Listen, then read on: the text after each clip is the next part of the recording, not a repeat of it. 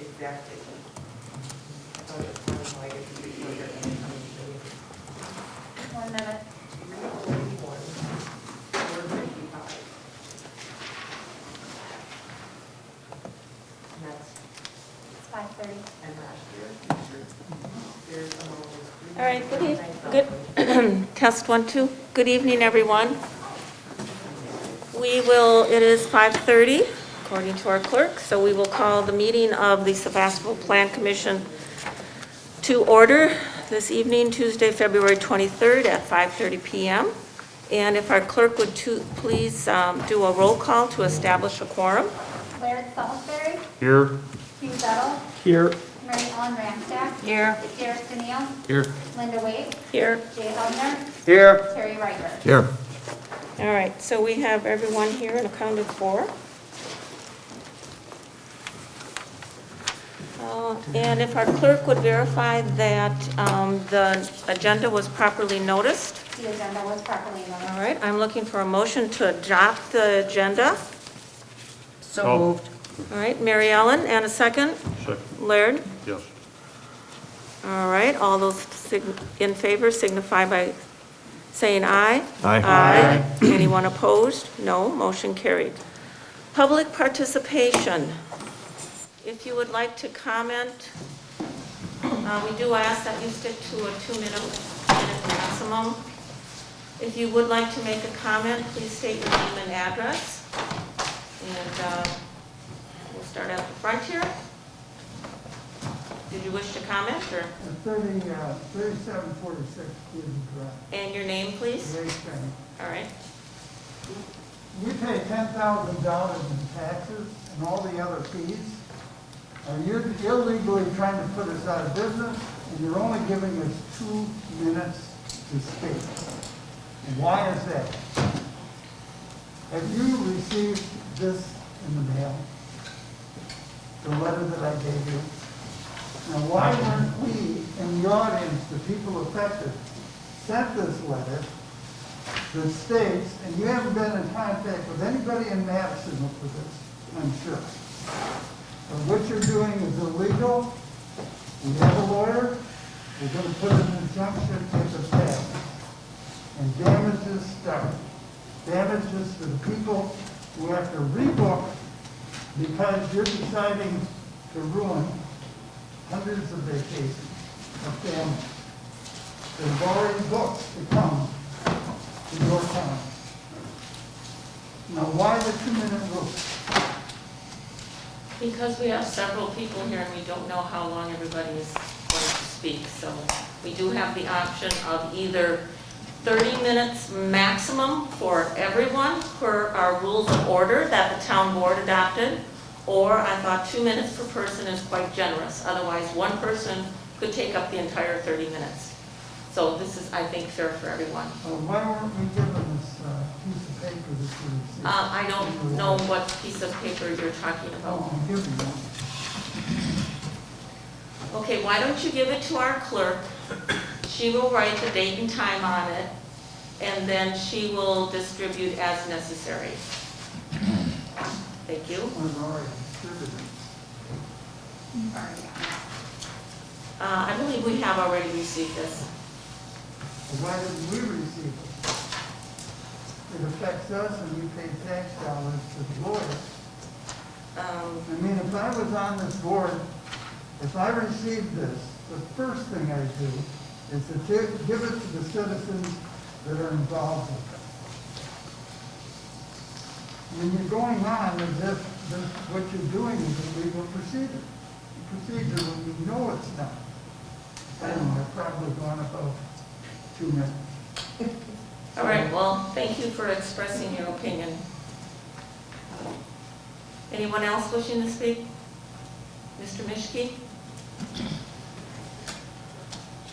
I know your name and address, but maybe some of the others don't, so if you want to state that, please. Thank you, Commissioner. My name is Jim Mitchie. I reside full-time at 4159 Bayshore Drive in Sevastopol. You know my name because, as you know, I've been to every one of these meetings since July. I think I missed December. As I did at the Board of Supervisors meeting last week, I commend the committee on the hard work and dedication that they've exhibited these many months in doing this, and particularly Giselle. Your presentation, I thought, was excellent, and anybody that's interested in this issue should dig up the Laddie's videotape and watch. Good job. Thank you. One of the numbers that struck me from the analysis was that, what page it is, that 66% of the owners of short-term rentals in Sevastopol live outside of 42325 area code, zip code. 2 days ago, or yesterday morning, there was an article in the New York Times talking about the relationship of Airbnb renters with Airbnb, and they quote that nationwide, 37% of Airbnb listings are managed by people with just one property. I thought it was rather striking that the statistics are pretty much identical. I realize one is ownership within the county and the other is multiple properties owned by owners, sometimes 20 and 30 properties. So I think we have to recognize that this industry, and there's a myth around that this is Aunt Tilly's back bedroom that people are renting. This is really becoming an industry. And 6 months or 7 months ago, I advocated for a 6-day minimum. Then I changed my mind. And because of the issues that have been raised about spot zoning and this striking statistic about this is an industry, if you are running a company, there are regulatory risks. And so, although I wish that there was some Solomon-esque solution to a 3-day or 6-day rental, I reluctantly am again supporting the 6-day minimum. Thank you. Thank you. Sure. Kelly Avenson, 26 North 3rd Avenue. This is the first time I'm able to attend. I've been trying to pay attention to, Sturgeon Bay, by the way. I've been trying to pay attention to everything. I guess I started having STRs in 2015, which was my own, and in a downtown business, or downtown building. It definitely has turned into quite an industry.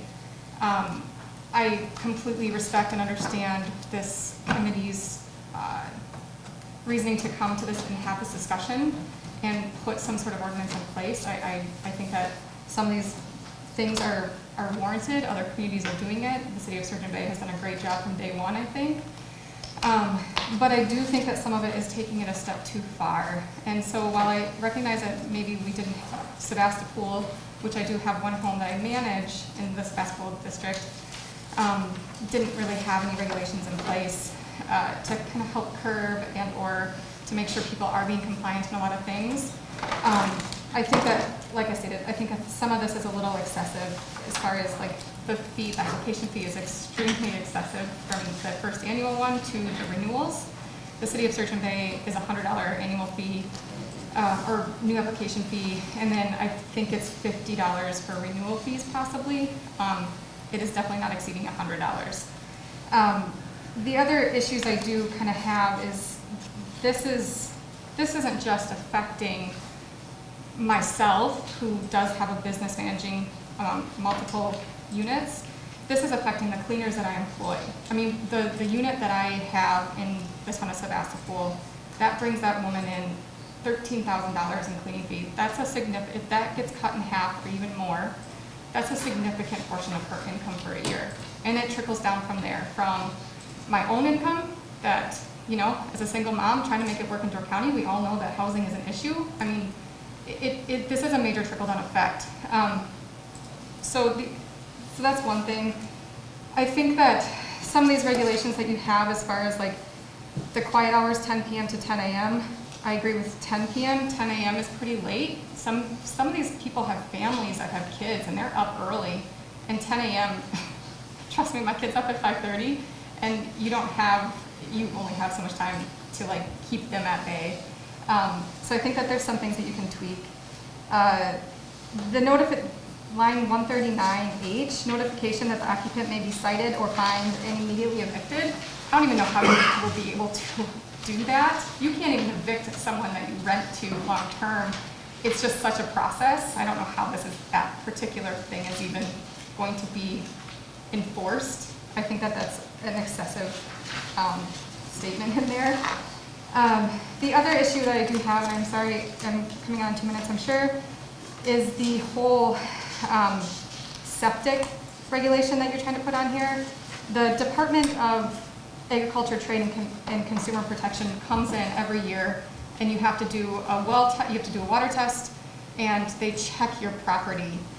So if they are not requiring that you can only have 8 people in this property, it's really hard to swallow that a municipality is going to put that on a renter, when if I had my own family of 15, you guys don't have a say in that. So that's a hard one for me to comprehend and understand, because as a homeowner or property manager, that septic has to be taken care of, well maintenance and well taken care of, in order to make sure that the house is taken care of. If you don't, you have quite a mess on your hands, and no one wants that. It's not great for the property owner. So the same with the water test. The water has to be tested every year, sent in, and it has to be compliant. So, and all of those things come into play when you require that you have to have a state license. You require that you have to have a Dorkney tourism zone permit and a permit by the municipality. All those things are in check. So I understand while some of these are good, and I think it's really important, same with having an agent, if it's not a local property owner, I think that's important. I think that the majority of the STR owners really are just trying to make a living and really want to make sure that their guests are not a nuisance. That doesn't mean that it doesn't happen. I can stay in a hotel and I have a really annoying person right next to me, but I can't do anything about it. But I know it's not forever.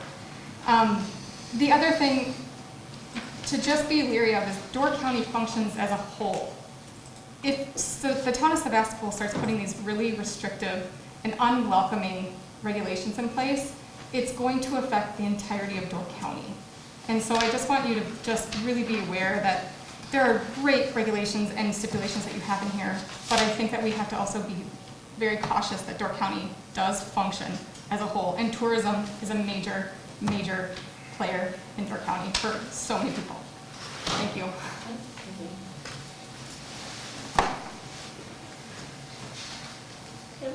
Yes. Tim Chapman, 4689 Bay Shore Drive. I feel that this ordinance has created a terrifically unlevel playing field. So the short-term property owners, we have to rent for 6 days. When we have a wedding comes into town, those people don't come in for a week. They come in for 3 or 4 days. We're not going to rent for that wedding. When we have the various festivals, people don't come in for a whole week or 6 days for that festival. That cuts us right out of all that festival. I've got my book that I rented for, and all of those festival days are taken up. I imagine if I can't rent on those festival days, that I'm not going to, half of those days are going to be taken, which I don't think is fair. It's not right. We created a imbalance here. The other thing is that you're asking us to pay $500, that's the initial fee, to police ourselves. Now, no one else has had this additional tax. So that fee is going to go back on, and you say, well, charge your renter. You know, I want to give somebody a good value for their dollar. And all these additional taxes and fees and this sort of thing are excessive, and it prevents me from feeling good about renting to these people. I think it's a terrible thought.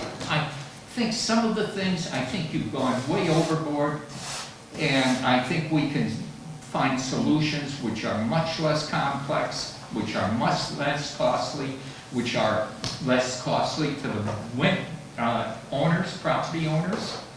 and make it easier for the township. But to me, this is not the way you want to go.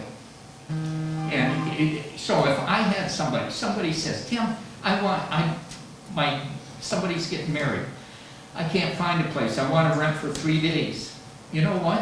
I'm probably going to rent for them 3 days. I'm probably going to break the law or change the law or modify it because I feel that the law is going to be unjust, period.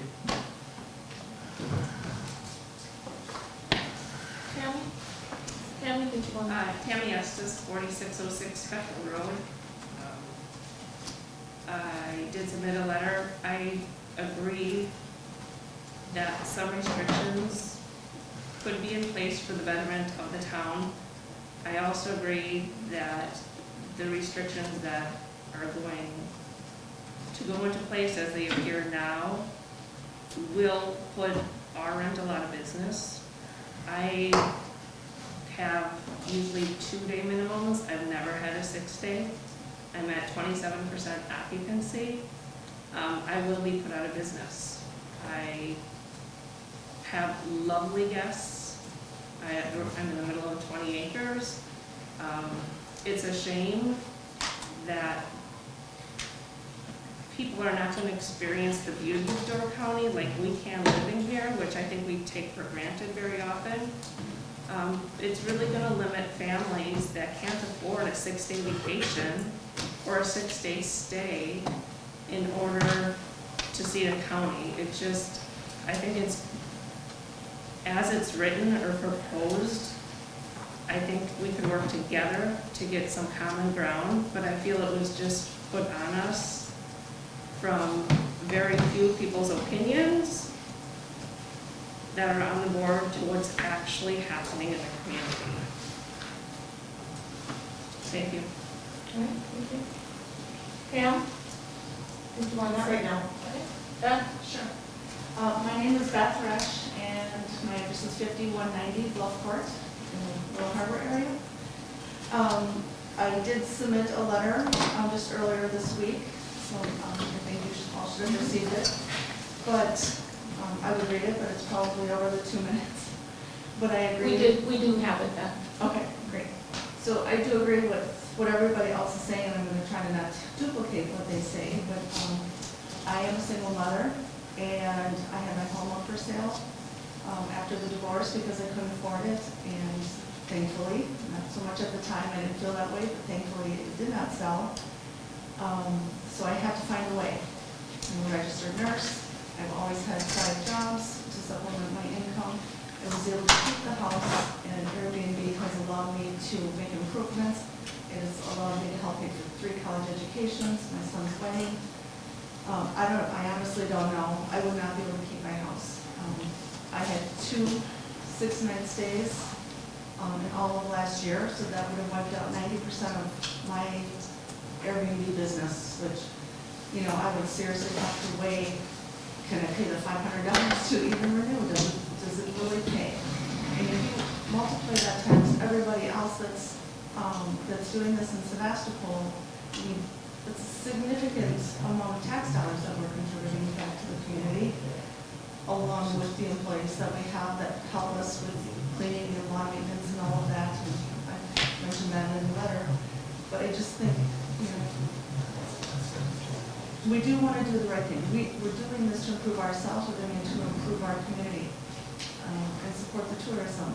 So we want to do a good job, but, you know, as people have mentioned, the stipulations in this ordinance are quite extreme and would impact us significantly. Thank you. Anyone else? Ron? Ron Handy, I have a home at 5217 Red Sunset Lane. I do agree with pretty much everything that's being said here. I am not in favor of particularly the 6-day minimum. In fact, I think the key to this ordinance, the main ingredient and the key to this, regardless of what is put into it, is how you monitor and all these rules that you're setting in place. I mean, that's the key. If you put rules in place and you make sure they're being followed, what's the problem? There's no problem. The problem is when people break the rules, have parties, do all these things that you're trying to place the ordinance, put the ordinance in place to prevent. The key is monitoring and policing the whole ordinance and making sure people have their applications and licenses and permits and everything in order, and they're up to code, they're up to your specifications, and they don't have to be as stringent, I think as Kelly mentioned. They don't have to be as stringent as you have in the state here. Which, if that's the case, I don't think a 6-day minimum is required.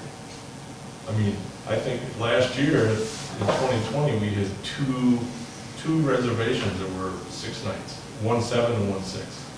That pretty much throws me out of business if we can't follow that. So I guess, I've said this before in this meeting, just reiterating, again, like some of the fees are kind of high, but I mean, if that's what you do, that's what you do. Again, I'll fight tooth and nail for that 6-day minimum to be changed. I would like to offer too, I would love to work with you guys to try to make something that's a little more balanced and fair for the STR owners. That's good. Josh Feldhofer, 4914 Brewer Road. The gentleman here before said that there's a statistic that VRB owners are out of state, but I don't know, I'm new to this, we've never rented our place.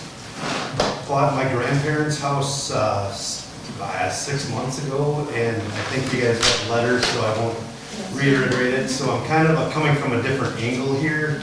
I think the 6-night minimum, I'm against it.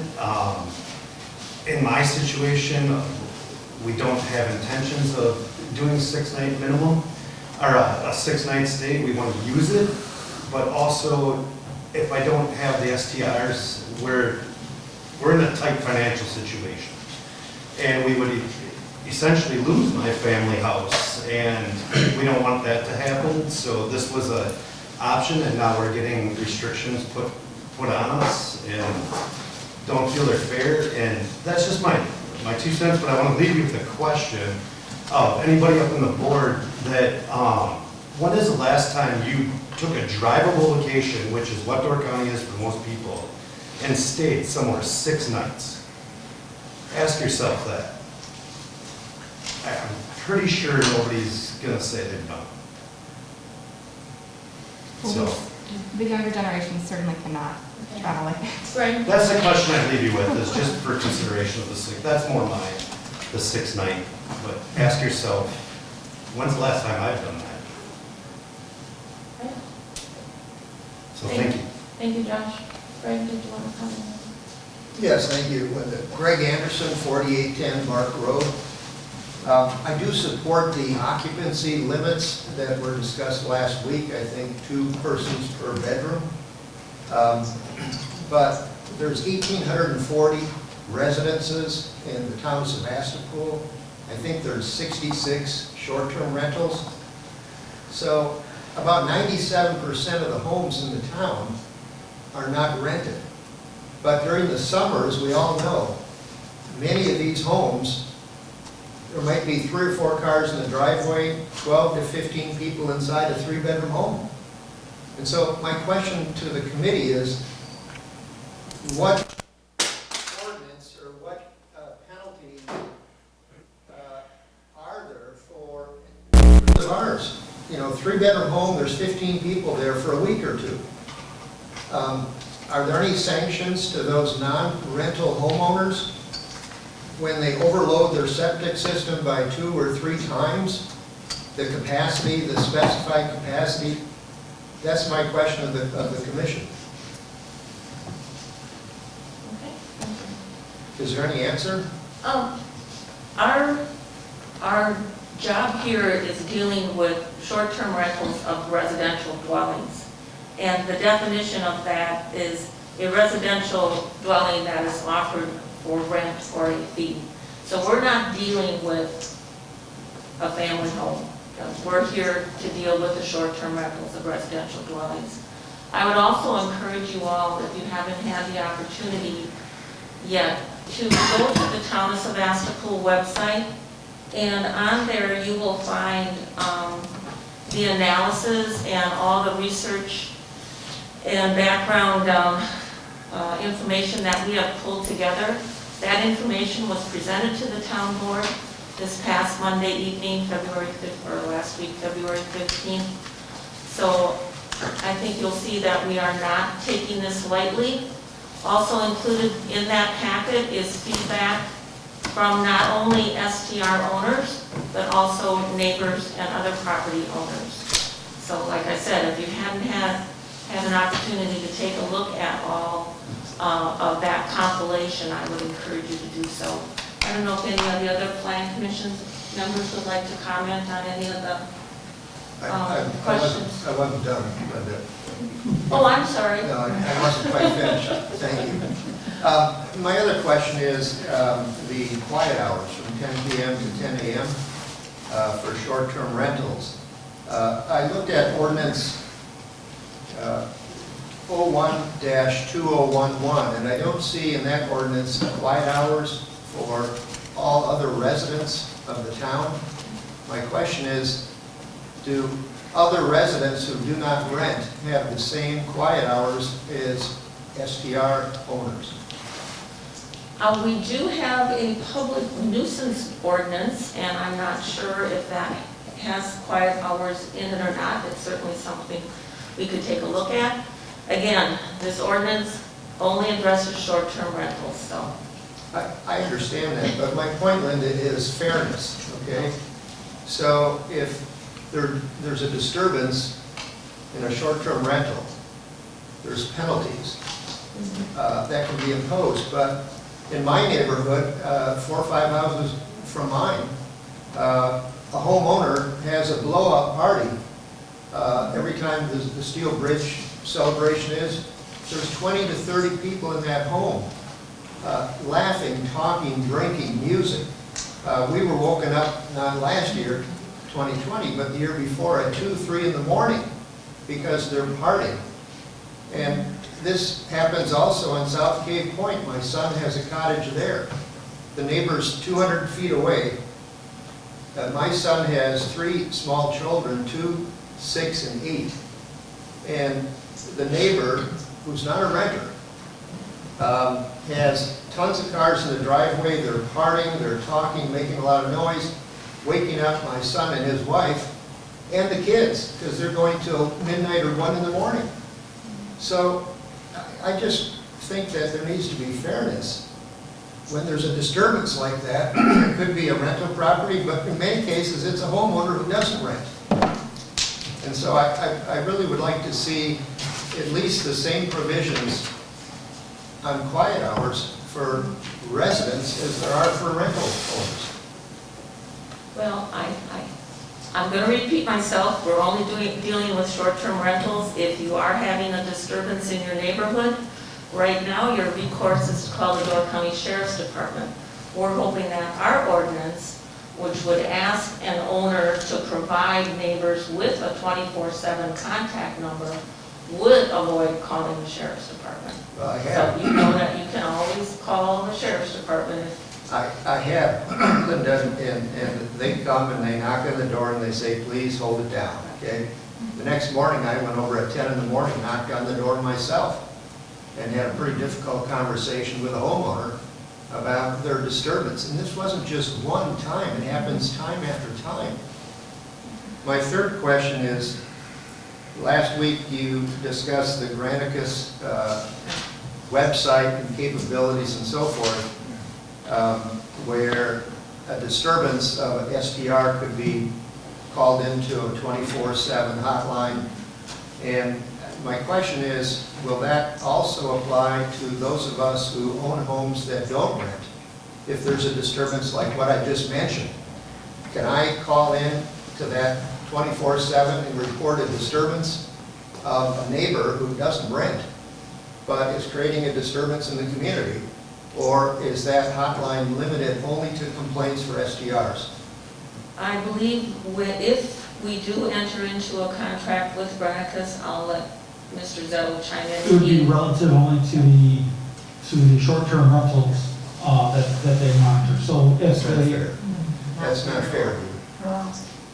That's, you know, where's the fairness? You know, all I'm asking for is fair treatment of people who are STR owners and those of us that also do not rent but own property and pay taxes in Sevastopol. I think the commission needs to look at the equity because that really bothers me. Well, I think we looked at a lot of those topics when we just renewed our comprehensive plan, the mandatory 10-year renewal.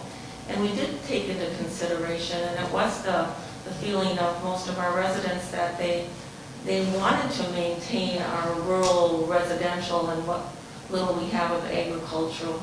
So I guess if you're going to start setting limits and restrictions on families, that's not before the plan commission. We're just dealing with short-term rentals right now. So. Well, we have a home across the street that we've rented for probably 8 years. We've never had a disturbance. We've never allowed guests in there that exceed the bedrooms and the septic capability. We monitor it very carefully. And I think many other people here do the same thing. My concern is, you know, we had a few instances where SDRs have created a disturbance and it's come to the commission's attention, but 90 to 95% of the SDR owners are very careful, they're respectful, they're responsible, and I have a hard time understanding why all of us are taking the hit, you might say, for the actions of 5% of us. Why not go after the 5%ers and put severe penalties on them and correct the problem? Well, if we don't have any rules in place, we can't enforce rules, so we have to put the rules in place before we can act upon them, so. Okay, so we've gone past our 30 minutes. I think we'll move along. So, under our pending business, we do have the latest draft. Oh, I'm sorry. Approval of our previous minutes from January 21st, 2021. I'm looking for a motion. Derek? Second by? second. Hugh? All right, we've all had a chance to look at those. Any additions, corrections? All those in favor signify by saying aye. Aye. Opposed, motion carries. They will be placed on file. All right, our latest draft of the short-term rental ordinance. I believe there are a couple copies on the front table here if you haven't seen it. Otherwise, it is draft as of February 16th, 2021. Again, that is following the town board discussion.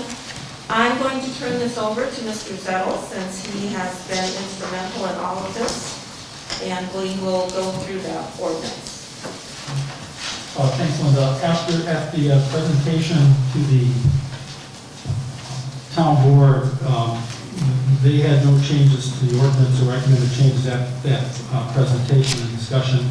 However, I noted at the end of the meeting that we were going to propose a change regarding the property rules, and that is to take advantage of the marketplace websites that list property rules or house rules as they term them in their section, and you know, make sure it's consistently applied, and from a transparency perspective, it allows prospective renters to kind of understand the context of, if you will, what the rules of the road is for the place that they're renting. And as a basis for that, before we go to the red line, on the last page of your handout,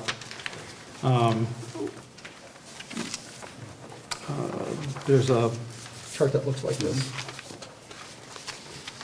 Okay. And basically kind of benchmarking the websites that were available in the town of Sevastopol that have active websites for roughly a total of 45 of them, or excuse me, 46 of them.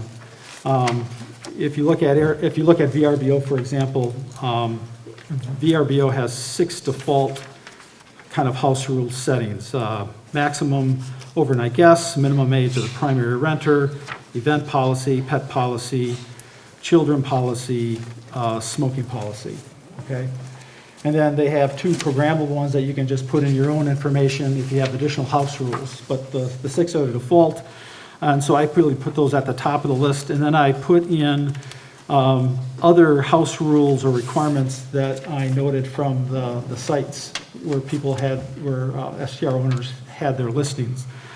I included, quiet hours. Many folks have quiet hours plus fireworks as a restriction, just because of the noise it provides. Parking, trash, if you recall from the Granicus discussion on their 24/7 hotline, the 3 biggest problems they get are noise, parking, and trash. Those are kind of the 3 major bucket items. Another category that some of the STR owners had was outdoor fire policy.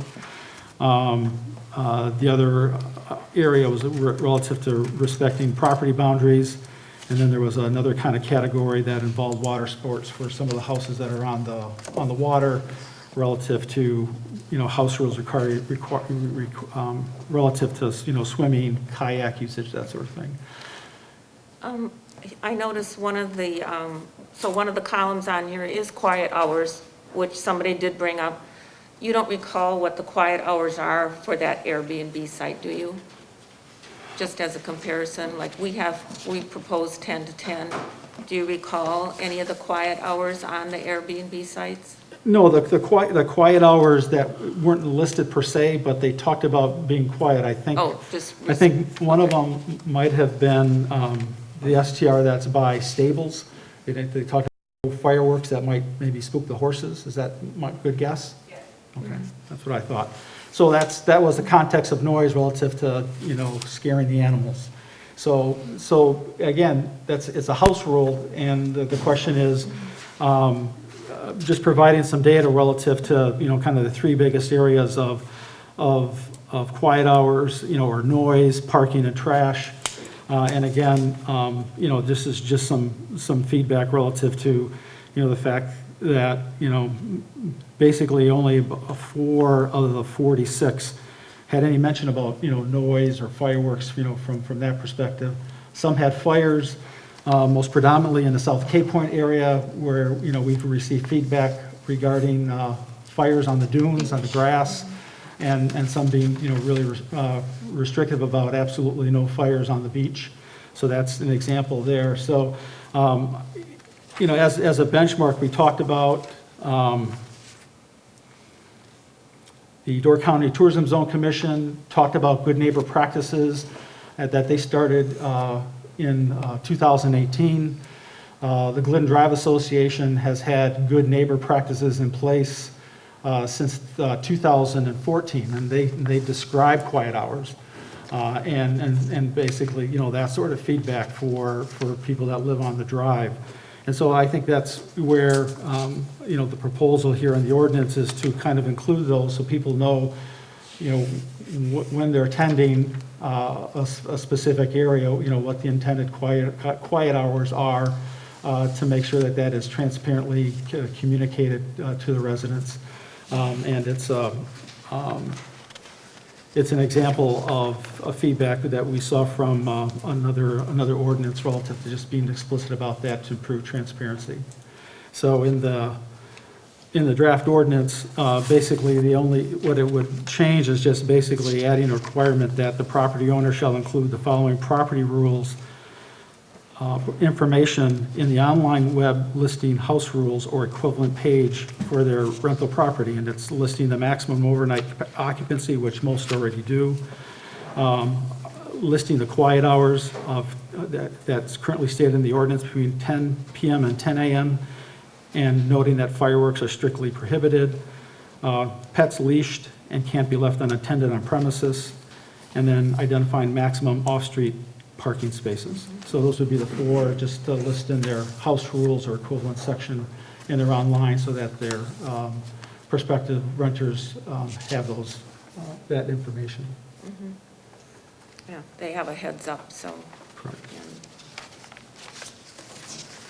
Okay, so those were the only tweaks, I guess, to the ordinance. Does anybody have any comments or questions on those minor changes? Anyone?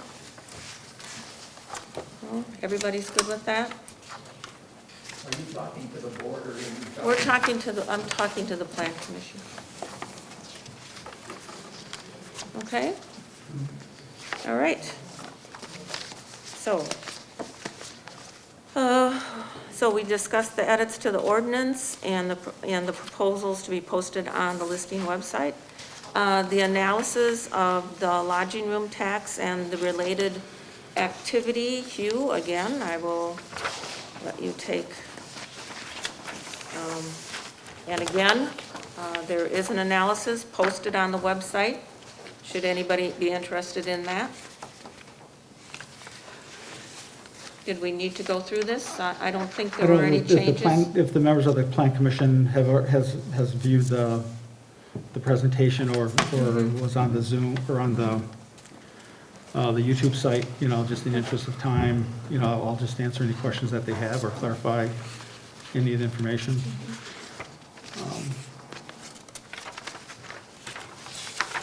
So I think the only one, Linda, that I might have is, there was some feedback during the discussion with the board about when we talked about the lodging within the town, and I had kind of mentioned off the cuff that in July, the peak occupancy is only in the mid to upper 70s in July, and it falls off after that, and that raised some comments and some feedback from the board. So what I did is, and I'll just pass it out, just to kind of clarify that verbal comment that I made. thank you. Just some data that just kind of buttresses the verbal comment I made about the occupancy rates. As I discussed, the occupancy rates in the town of Sevastopol, the data that I'm on these first two are specifically from the Door County Tourism Zone Commission, and they provide a availability occupancy percent ADR, which is average daily rate comparative report, and they typically provide it in a July 2019, for example, versus July 2020, or July 2018 versus July 2019. So they always do a kind of a year prior to give the commission and their stakeholders a view of how occupancy and available rooms, et cetera, how they are changing. So just to highlight, the top orange line that you have there just shows that the max occupancy is in the month of July. If you look at the average 3 months of kind of the main 3 months, June, July, and August, that average rate is somewhere in the mid-60s or a little bit lower. If you look at October, it's roughly around 50-some%. Again, this is aggregate occupancy in the town of Sevastopol, so this is for all lodging types. So this is all hotel, motel, homes, cabins, resorts, whatever. Correct. Bed and breakfast, Occupancy in exactly. July Right. was, So, nothing goes above 80%, and July is the peak, and after that, it drops. It drops, typically 10 to 15 points each month on either side of it. And then if you look at December, just as, kind of how things kind of bottom out, December is typically the lowest, where, it's around, 19, 20%. Well, this is availability. If you look at max availability, it's kind of, units times days. There was availability of over, close to 7,900 in the month of July. So that's days plus, units that are available. So if you look at 25% of that, that's still a fairly large number that's still available in the month. So, so that's just going to give you some context of the fact of, how much is occupied and how much space is actually available in the county, or in the town, and it's quite a bit. Then the next one is also from the Door County Tourism Zone Commission. It's lodging by units, and it basically just shows that, predominantly in the town of Sevastopol, the resort category is the largest relative to the available units, and that's followed by hotel, and it's followed then by the homes, which is cottages, cabins, and homes bucket that they put that in. Bed and breakfast, there are no condo units in the town that they have recorded. And then other category is also a category where there's 0 units. And I just show that to highlight one of the challenges that has been identified by the Tourism Zone Commission, is that homes are designated as a unit of 1. Okay, so whether you have 3 bedrooms, 4 bedrooms, 5 bedrooms, it still counts as a unit of 1. And it really, in a sense, may misstate the actual capacity. So when you think of a hotel room, you might think of, okay, that's 4 people, right? 2 queen beds or 2 full beds, or however. Resorts may be larger, they got 2 bedrooms, and then they got a pull-out couch, where again they can hold 6. So there's a variability there relative to kind of not having a good feel for what the true capacity is.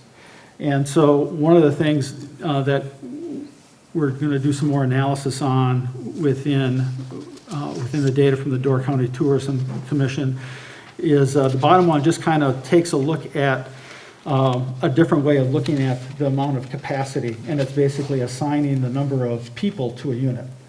So when you think of, say, a resort that might have 2 bedrooms, you could just say, okay, 2 queen-size beds, you could say that's 4 people, that's kind of available to fill that space. And the reason that's important is if you look at that middle chart, it shows that, the number of units for a home is kind of like third. It's, from a volume perspective. But if you tally up the amount of people on average that an STR in the town of Sevastopol holds, from what people have listed on their websites, it averages almost to 9, basically 9 persons per unit, as opposed to a resort or a hotel where that's only 4 persons per unit. So that, in a sense, doubles it. So every time you add a home, for example, it's almost like adding potentially 2 rooms, at a lodge or a resort. And so when you look at capacity, the capacity might actually be a lot higher than what is portrayed when you just look at the number of units. And that chart on the bottom is just kind of gives an indication of that.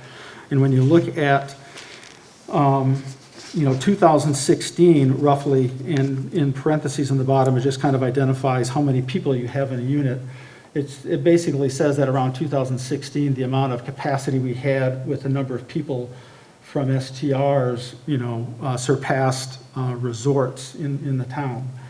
And I think that's important when you look at overall capacity for us when we, take a look at occupancy rates of resorts in different places. When you look at the Tourism Zone Commission, you're seeing in some areas in the county where the actual occupancy rate in hotels and resorts is going down. It's starting to go down. It peaked at around this time, 2016, 2017-ish, but it's going down. And I think that may be an indicator, but it's something that would require some more analysis. It's an indicator, I think, that helps support one of the arguments in that, lodging is a kind of a perfect substitute. It doesn't matter, what venue you're staying at. If rooms are available, they'll go to the one they would prefer, but if that's not available, they'll go to others. And I think that was an important finding in that Airbnb survey that Morgan Stanley did, and then the Economic Policy Institute. relative to the fact that as you get a lot more capacity here, then what may happen more is people are going to fight with, lower dollar rates or lower occupancy rates for, existing establishments. So I think it begs a broader question from a policy side, for the town board to examine is, do we have enough capacity in the town already? That is, for them to take a look at this and then have that discussion. And then, basically take a look at, whether this ordinance kind of impacts that from that perspective. So just some data just to kind of shed some more light on the occupancy rates and how it changes over time. If you read that, Mary Ellen? those have to have the Okay, 6 Mr. days and Spangler, also, please, according to the please. state. Mary What kind Ellen? of occupancy would they have then? If they had to have a 6-day limit? We will have a public input session, a public hearing. You're all welcome to, we're going to hopefully finalize 2 dates for that. So you'll have your chance to speak again. Okay? Mary Ellen? Yeah, just so I'm, at the bottom one, average number of persons per room in Sevastopol is 8.8. Now, per room is Per unit. per unit, Per which house. in a house A house. is a unit. We Correct. didn't, Correct. it's not per room Correct. And- within Right, the unit. exactly. All And right. that's where the tourism zone admits that Right, it. right. It's just, you could read that if you Correct. weren't following, you could read that a little differently, so, Right. okay. And I think it's an area that it'd be worthwhile to go back to the tourism zone just from a analytics side. They probably have this data just to say effectively, what is the capacity we have in the county? Mhm. Well, and I think And- that's the thing that can skew a lot, is if there's no understanding of a house is a unit, rather, with the choice of word. That's the only reason I'm clearing Correct. that up, or wanting to clear it up. Yep. So we have a couple latecomers. As I said earlier, if you go to the town's website, and I believe it's on the homepage, just scroll down a little bit, and you will see analysis of short-term rentals in the town of Sevastopol, and that'll bring you up to speed as to where we are, okay? So far, we've looked at our most recent draft of the ordinance. We've looked at just a couple things on the analysis. So now I think we're going to look at property and house rules, but we've probably hashed got that through out that already. already, yep. So you saw the tweaks to the ordinance, that certain of those rules should be included with your online advertising. And they're minimal. Maximum occupancy, Hugh went through this, quiet hours, pets leashed, and off-street parking spaces. All right, so moving right along, let's talk about the timeline. I hope you all have your calendars with you. Our town chairman, Mr. Wolfel, has suggested that we have our public hearing the week of May 10th.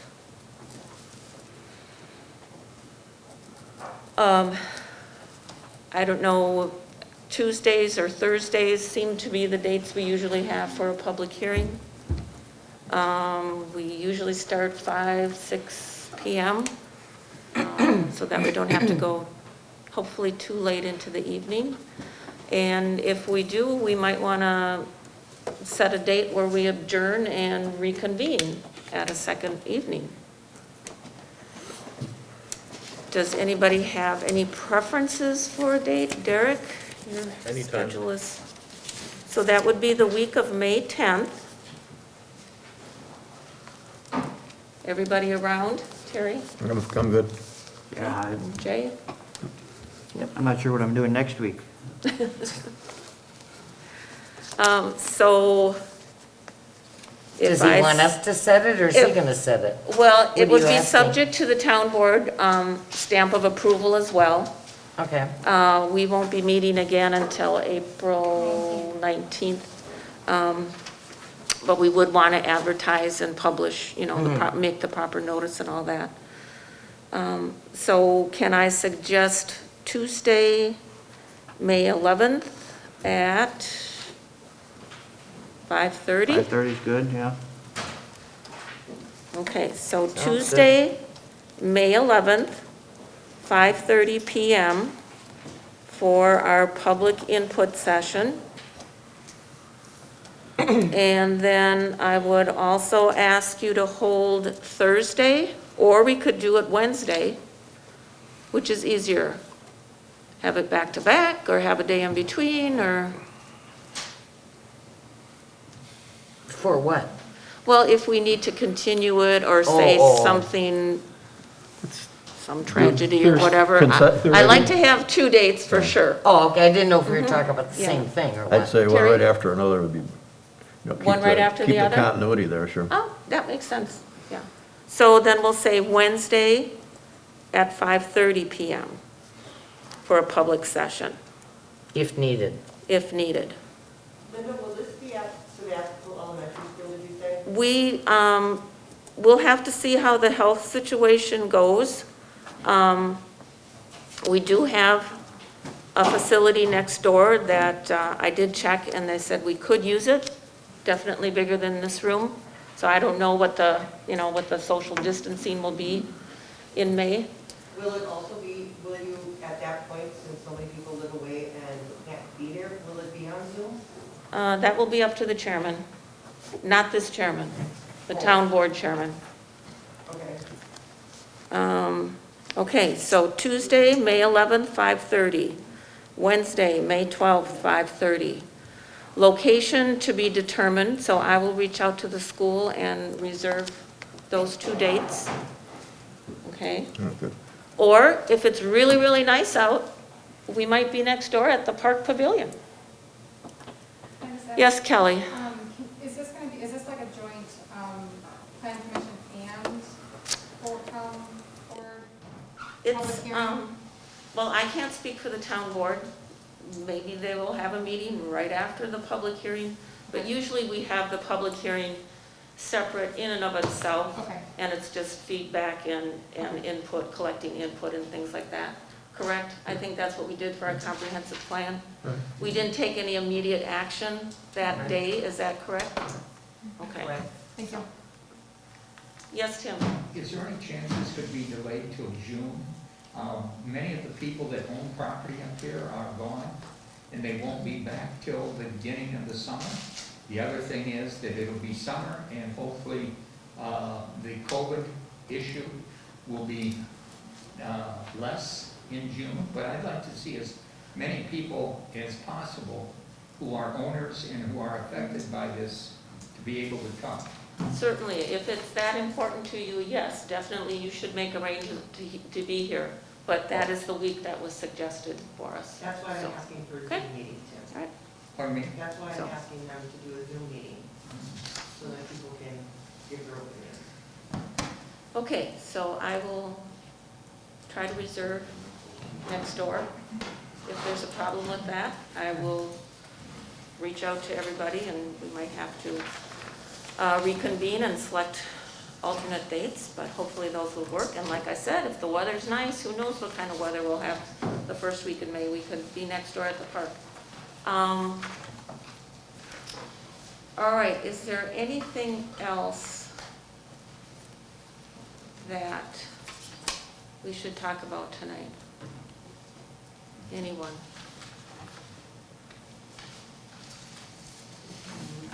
I'm good. Shall we set a next meeting date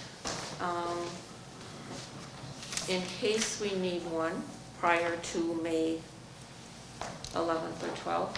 I guess I would like to have us gather together just to, if there's anything we need to fine tune or whatever. When is the next town board meeting is April April 19th. April 19th? And we have our annual meeting on Tuesday, April 20th at 6 PM. So we could go towards do you think it's necessary for us to have a meeting before the next town board meeting? What are your thoughts on that? No. I don't think so. Okay, so maybe we should convene shortly after the town board meeting in case they had questions or anything like that Yeah. for us? Good idea. How's that sound? Prior to the public meeting. Prior to the public hearing. Correct. So then we would look at, with the town board meeting on the 19th, we could do the week of April 26th.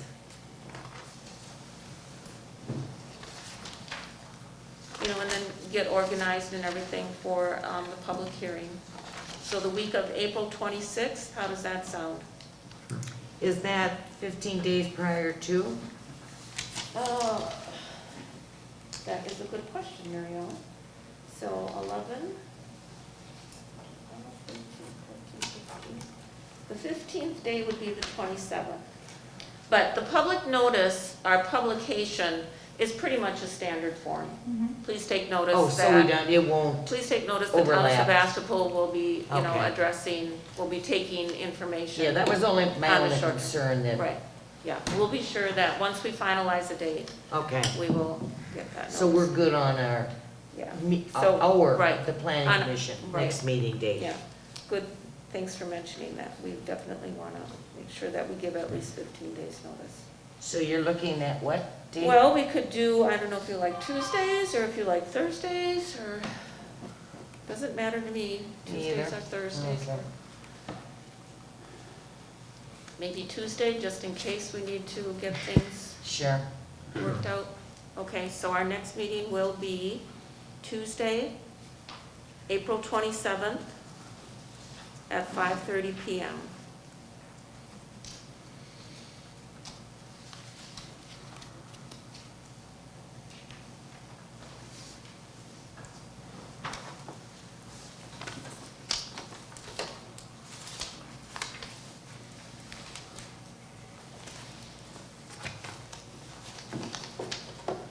All right, anything else out? If there's not,